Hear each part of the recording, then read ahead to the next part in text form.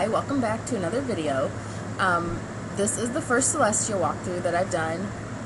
This is actually my second time that I had to do this walkthrough because right at the end boss, I had so many videos on my hard drive I ran out of space and it didn't work. So I stopped here to kind of show you like what the star schools give. I'm sure probably most people kind of know that, but I still think it's kind of cool that it's in here.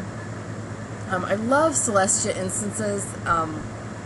It's always awesome to kind of like see something new, have new stuff to fight. This is a really fast instance. It's the first really instance type of thing that you have in the Celestia quest line. I brought Autumn Nightgem in here just because it always goes fast on a Death Wizard. It can pretty much solo anything so far on her, so it's really not a big deal. This guy is Myth. So I'm going to make sure not to use any blades or anything yet. I'm going to use my traps first. Every time I see a Minotaur, it like gives me flashbacks of dueling Alex, like in the old days when we were just like, didn't have our Orthrus or anything like that yet. I got hit with so many of those dang Minotaurs, I'm telling you. Every single time it was like deja vu Minotaur. I went ahead and waited until he had one pip to put my blade on, so I didn't have to worry about him earthquaking it off. I don't have a lot of cards in here. I think I have like 25 or something like that, so I want to make sure that I you know, keep my blades and don't get them earthquaked out of there. I'm going to use the Scarecrow and kind of take this guy out. I try to get rid of the minion as fast as possible. I threw a curse and a feint on both of them so I could get full health back. I didn't quite have enough attack on this one. These guys use the moon and stars. Actually, these guys only use the star schools, really. But he lowered the amount of damage that he'll take. So here I get hit with a critical Minotaur, which really, you know, it's not cute. So I'm going to go ahead and wait for a wand hit to take this other guy out. So I don't waste my Wraith. These guys, in this instance, do not really like healing. I don't know what their problem is with healing, but they just kind of don't really care for it too much. So on a Death Wizard, you kind of really don't need to heal anyway. I got him gone, so that's one less to worry about. I'm going to go ahead and get rid of this guy. I see again that he's got 3 power pips. So I don't really put it past him to use Earthquake, and yep, he did. So that was kind of expected. I kind of expected him to do that. He has 6,020 health, so you know it's going to take a few hits to take him out. I didn't put in really any death traps or a lot of the other stuff that I kind of could have, I guess, to make it a little bit easier for me. I kind of mostly rely on keeping the curse and the feint in my cards. And I really should use some of my other death traps too. After I did it, I thought about I should have used my feint necklace and kind of used it when I was in here so I could stack the 2 feints together. It would have made a little bit bigger hit, but it really doesn't take that long on a Death Wizard, so I didn't have to worry about it. If you solo on another school though, make sure you bring in maybe even some like treasure blades and stuff like that to make it go a little faster and get a little bit bigger hits. I know some people may not have their 58 spells when they're first starting out. I think my wizard is level 56 coming in here, so you don't really have those extra attack school, spells for your school yet, so you kind of need kind of the biggest attacks you can get. There's my fizzle, of course. I'm really hoping right now that I don't fizzle again and I get him at least taken out. I don't want him to earthquake again. I had a Scarecrow, so I used it. It was enough to take him out, so that was no big deal. In this instance, every time I've been in here, I have not seen one item drop at all, so I don't know if maybe those will be added later or like what the deal is with that. But as of right now, I have not seen anything drop in this instance. Not any gear, not a pet. You basically just get a little bit of experience and some gold, and you kind of just move on. One of the, what is it?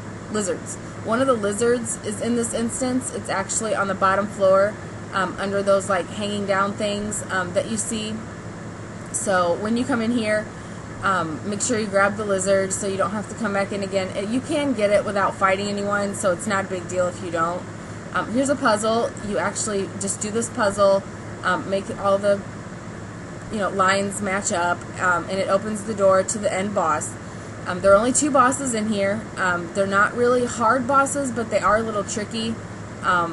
You might want to read one of the Celestia guides that are on the fan site to kind of see one of the tricks, or 2 of the tricks that they do. This is the last boss. I know they don't really like healing that much. Like I said, I don't know what their problem is with healing, but I guess it's just not one of their favorite things. As you can see, these bosses in Celestia kind of really, I don't know like who they paid to get all these power pips like in the first round, but yeah, what you're looking at is the first round. I did not edit anything out of these fights. So they start with like 4 or 5 power pips, and they can hit quite a few times with those power pips because they keep getting them back. They do use the Scar School spells, which cost no pips. Sometimes they give a little bit more to their attacks. Sometimes they take a little bit more from the damage you do.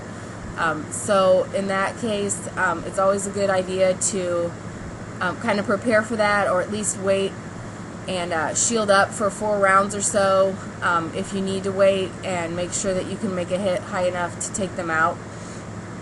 I always try to take the minion out first so you don't have 2 hitting you while you're making your hit for the boss. Here's the elephant. I call it an Ani. It's going to hit a little nice. These guys also have critical hits, obviously. Celestia has a lot of those, so if you're unlucky enough to get hit by a critical, it's really just not funny. I got an interrupt charge, which basically is kind of an interrupt in the turn process.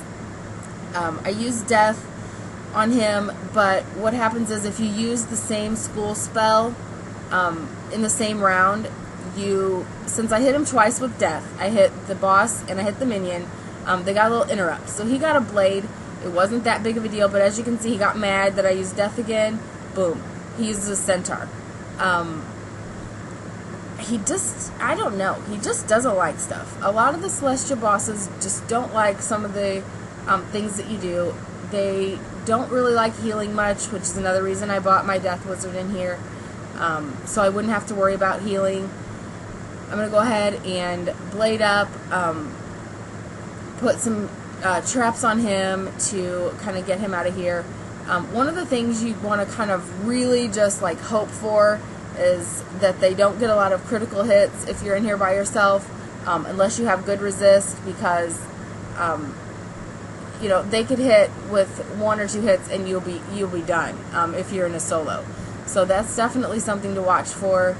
I went AFK for a minute. I don't know. I didn't get my card picked in time, which I'm like the queen of leaving the laptop in the middle of a battle. So that's not necessarily. I wouldn't suggest that if you don't want to get beat, but I got lucky.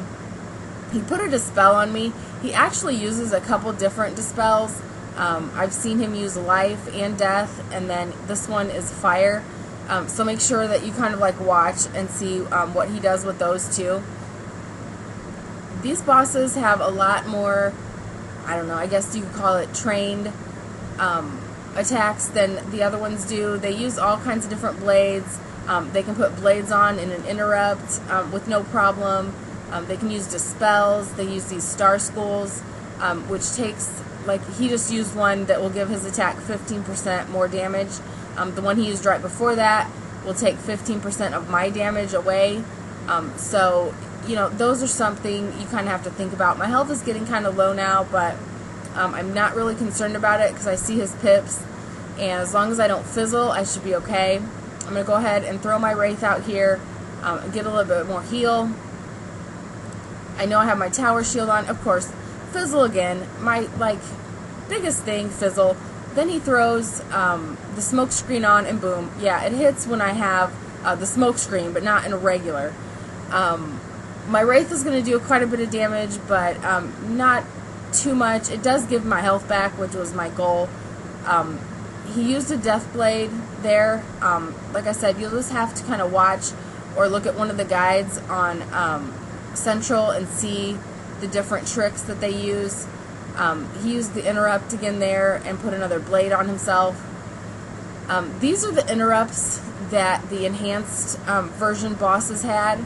They could like go in the middle of your picking and just kind of do what they want and then kind of go back and do it again.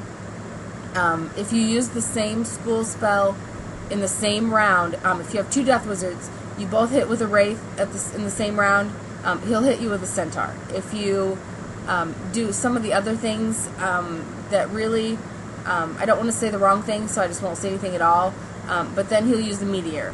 It's just some stuff that you might want to look up or think about or just kind of experiment with. He doesn't really drop much either, so maybe that will be added later. Hopefully, you know, get a pet or two or something from this boss. Since it is the first boss, I kind of like saved the Star of Celestia. This is a really pretty instance. I like pretty much all of the stuff in Celestia. It's really pretty. It's really fun to have something new to do. So yeah, that was the first instance that I've come to. So I wanted to share it here. Thanks very much for watching, and until next time, duel it up!